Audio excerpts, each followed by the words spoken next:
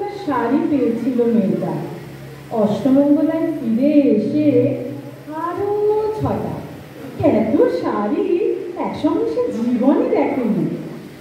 আলমারির প্রথম তাকে সে রাখলো সব নীল শাড়িগুলো। হালকা নীল একটাকে জড়িয়ে ধরে বলল, তুই আমার আকাশ। দ্বিতীয়টাকে রাখলো সব গোলাপিদের। একটা গোলাপিকে জড়িয়ে সে বলল, তোর নাম অভিমান।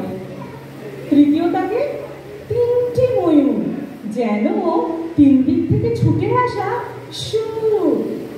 তেজপাতা রং যে শাড়িটার, তার নাম দিল বিশাল।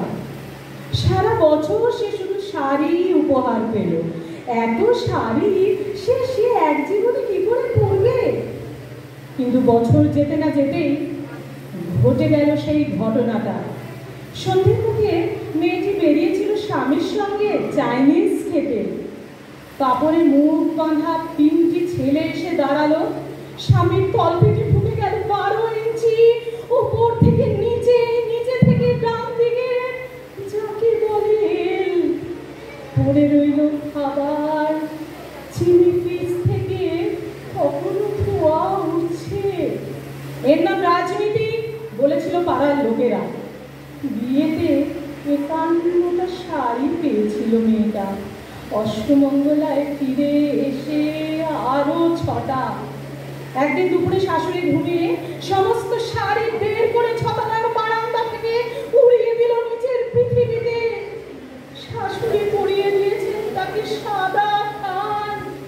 19 বছরের একটা মেয়ে, সে একা।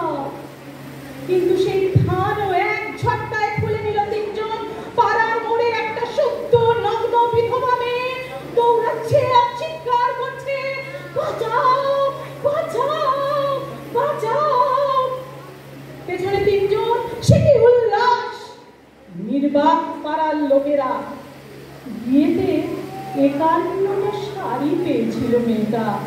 অষ্টমঙ্গলায় ফিরে এসে আরো 6টা। নমস্কার।